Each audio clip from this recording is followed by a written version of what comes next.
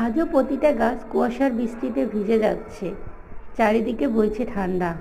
হিমালয় কিছুটা কাছে থাকার কারণে নীলফামারী সৈয়দপুরে প্রতি বছরই এরকম একটা আবহাওয়া বিরাজ করে। হ্যালো ভিউয়ার্স, আসসালামু আলাইকুম।